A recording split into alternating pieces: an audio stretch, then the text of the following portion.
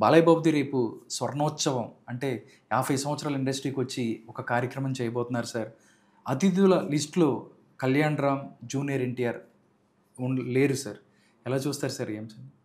అంటే ఇప్పటికి ఇంకా ఆహ్వాన కమిటీ వారి వైపు నుంచి రేపు ఎవరెవరు అతిథులుగా పాల్గొనబోతున్నారు అన్న అధికారిక లిస్టును అయితే బయటపెట్టలేదు. కానీ మనకు అనధికారికంగా అందుతున్న సమాచారం ప్రకారం జూనియర్ ఎన్టీఆర్ అండ్ కళ్యాణ్ రామ్ వారి ఇరువురి పేర్లు ఆ లిస్టులో లేవు అని చెప్పని అంటున్నారు. ఇక్కడ గమనించుకోవాల్సింది ఏంటి అంటే ఈరోజు బాలయ్య గారి స్వర్ణోత్సవ సంబరాలకి జూనియర్ ఎన్టీఆర్, కళ్యాణ్ రాము మిస్ అవటం అనేది నాకు పెద్ద ఆశ్చర్యంగా అనిపించలా. ఎందుకంటే గత సంవత్సరం జరిగిన స్వర్గీయ నందమూరి తారక రామారావు గారి శత జయంతి సంబరాలకే మరి జూనియర్ ఎన్టీఆర్, కళ్యాణ్ రాము తప్పించి ఒక రకంగా మొత్తం సినిమా పరిశ్రమ పార్టిసిపేట్ చేశారు. దాదాపుగా రాజకీయంగా ఎన్టీ రామారావు గారితో విభేదించే సినిమా కుటుంబాలు కూడా రామారావు గారికి జరుగుతున్న ఈ శత జయంతి సంబరాలు ఇది మనందరి పండగగా భావించి దాంట్లో పాల్గొన్నారు. కానీ జూనియర్ ఎన్టీఆర్, కళ్యాణ్ రామ్ ఆ కార్యక్రమాలకే స్కిప్ అయ్యారు. ఇటువంటి నేపథ్యంలో ఇప్పుడు బాలయ్య గారి స్వర్ణోత్సవ సంబరాలకి వాళ్ళిద్దరూ పాల్గొంటే అది చర్చనీయాంశం. ఓకే. వాళ్ళిద్దరూ పాల్గొనకపోతే పెద్దగా దాని గురించి చర్చించాల్సిన అవసరం కూడా లేదు. ఎందుకంటే సహజంగానే ఉన్న మనకి ఒక నానుడు ఉంది కదా, మా ఇంటికి మీ ఇల్లు ఎంత దూరమో మీ ఇంటికి మా ఇల్లు కూడా అంతే దూరం అని చెప్పని. ఈరోజు ఎన్టీ రామారావు గారిని, బాలయ్య గారిని వారిరువురు డిజోన్ చేసుకుంటే సహజంగానే వీళ్ళు కూడా వాళ్ళని డిజోన్ చేసుకుంటారు. అది సహజంగా జరిగే ప్రక్రియ. అది ఇక్కడ గమనించుకోవాల్సింది ఏంటి అంటే ఈరోజు జూనియర్ ఎన్టీఆర్ నటుడిగా ఎస్టాబ్లిష్ అయ్యి ఉండొచ్చు. కానీ తన సినిమాల ప్రస్థానం బిగినైన మొదటి నాళ్లలో సుబ్బు, తర్వాత నాగా కన్నా ముందు ఫస్ట్ రామోజీరావు గారిది వచ్చిన సినిమా నిన్ను చూడాలని ఇటువంటి సినిమాలు తన విడుదలైన సందర్భంలో ఎన్టీ రామారావు గారి మనవడు హరికృష్ణ గారి అబ్బాయిగా ఆ రోజు నందమూరి అభిమానులే తను నోన్ చేసుకున్నారు. ఒకసారి స్టూడెంట్ నెంబర్ 1 ఆది హిట్ అయిన తర్వాత అక్కడి నుంచి హీరోగా తన పొజిషన్ కన్సాలిడేట్ అయింది. కానీ గెలుపు ఓటములతో, విజయం అపజయాలతో సంబంధం లేకుండా తన సినిమాలకి మొట్టమొదటి ఓపెనింగ్స్ ఇచ్చారు అని అంటే అది 100కి 100 పాళ్ళు ఎన్టీ రామారావు గారు, బాలయ్య గారి అభిమానులే. తర్వాత మరి ఏ పరిస్థితులు, పరిణామాలు ఈ గ్యాప్కు దారితీసినాయో తెలియదు. కానీ తన ఉనికి, తన మనుగడ మాత్రం ఎన్టీ రామారావు గారి అభిమానుల భుజస్కంధాల మీదే తన కెరీర్ నిర్మాణం జరిగింది. అటువంటి జూనియర్ ఎన్టీఆర్ ఏ విభేదాలు ఉన్నా ఎన్టీ రామారావు గారి శత జయంతి కార్యక్రమంలో పాల్గొని ఉంటే అది తనకే గౌరవంగా ఉండేది. తను పాల్గొనకపోయినా ఎన్టీ రామారావు గారి శత జయంతి కార్యక్రమానికి ఏం లోటు జరగల. మహామహులందరూ హాజరయ్యారు. చాలా అద్భుతంగా ఘన విజయం సాధించింది ఆ ప్రోగ్రాం. మరి రాష్ట్ర వ్యాప్తంగా, దేశవ్యాప్తంగా, ఇన్ఫ్యాక్ట్ తెలుగువాడున్న ప్రపంచవ్యాప్తంగా కూడా ఎన్టీ రామారావు గారి శత జయంతి కార్యక్రమాన్ని చాలా విస్తృతంగా జరుపుకున్నారు. తన లోపం అది. అలాగే ఇప్పుడు పార్సిల్గా మింగిల్ అవ్వలేకపోవటం అది తన లోపం అది. అలాగే ఇప్పుడు బాలయ్య గారి స్వర్ణోత్సవ సంబరం, ఇటువంటి సంబరానికి కూడా తెలుగు సినీ పరిశ్రమకు సంబంధించిన 24 క్రాఫ్ట్స్ వాళ్ళు కలిపి ఆ సంబరాలకి నాయకత్వం వహిస్తూ ఉన్నారు. చాలా ఘనంగా సంబరాలు జరపాలి అని చెప్పని పూనుకున్నారు. మీరు ఇందాక ప్రస్తావించినట్టుగానే చాలా రంగరంగ వైభవంగా రేపు హైటెక్స్లో జరుగుతూ ఉంది.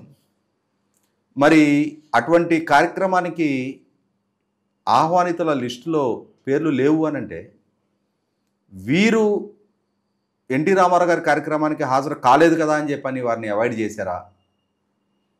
పిలిచిన రారులే, పిలవాల్సిన అవసరం ఏముంది అని చెప్పని.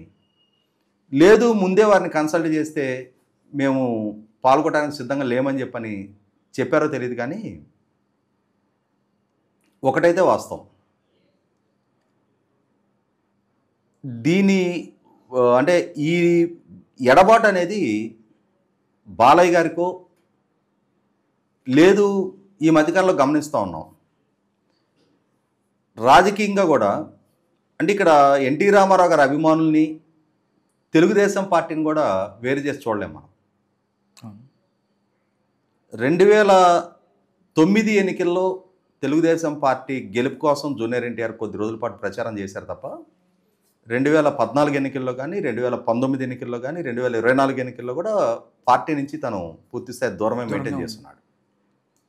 ఇటువంటి పరిస్థితుల్లో రీసెంట్గా తెలుగుదేశం పార్టీకి దక్కిన విజయ నేపథ్యంలో కూడా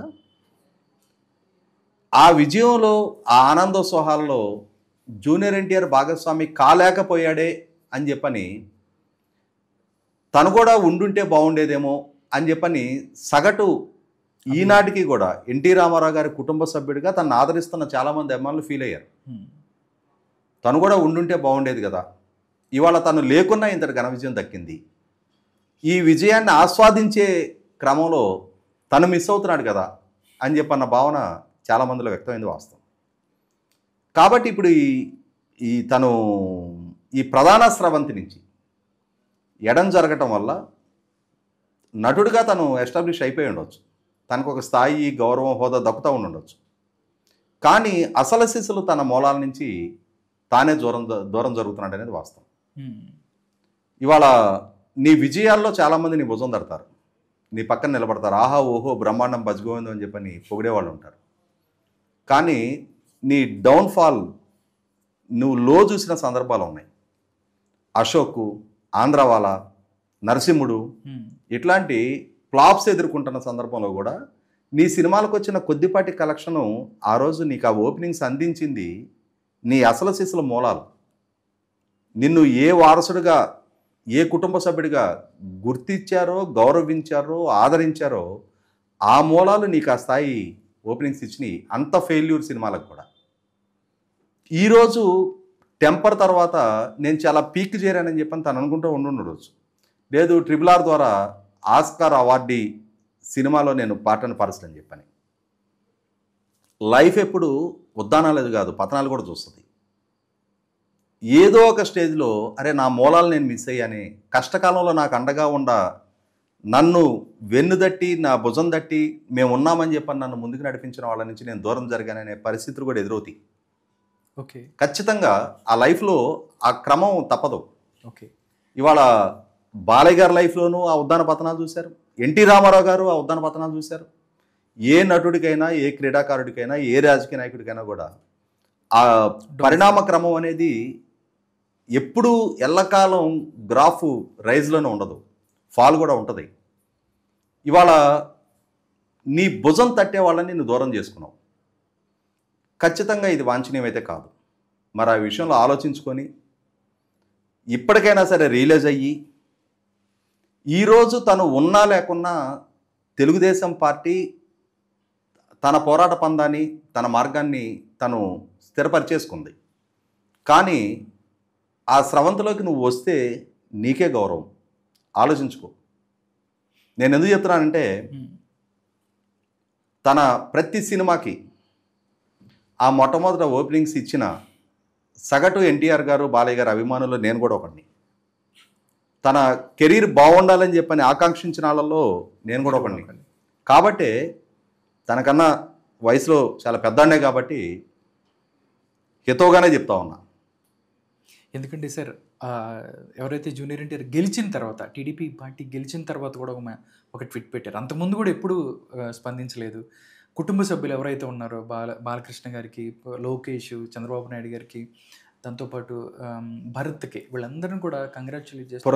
పురంధరేశ్వరికి కూడా, నా ఫ్యామిలీ అందరికి కూడా పెట్టిన పడి సార్. ఆ రోజు నిజంగా మేము అందరం కూడా చాలా హ్యాపీగా ఫీల్ అయ్యాం సార్. అక్కడి నుంచి ఇప్పుడు కూడా ఈ కార్యక్రమానికి బాలయ్యబాబు అంటే జూనియర్ ఎన్టీఆర్కి ఒక ప్రత్యేకమైన మా బాలబాబాయ్ అంటుంటాడు.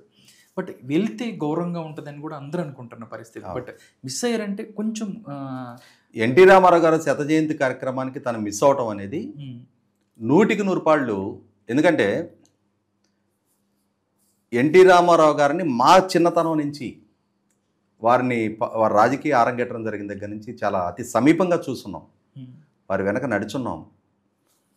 అటువంటి ఎన్టీ రామారావు గారి శత జయంతి కార్యక్రమం జరుగుతుంటే వారి అభిమానులుగా మాకే ఎవరికి వాళ్ళకి మా ఇంటి పండగగా ఫీల్ అయ్యాం.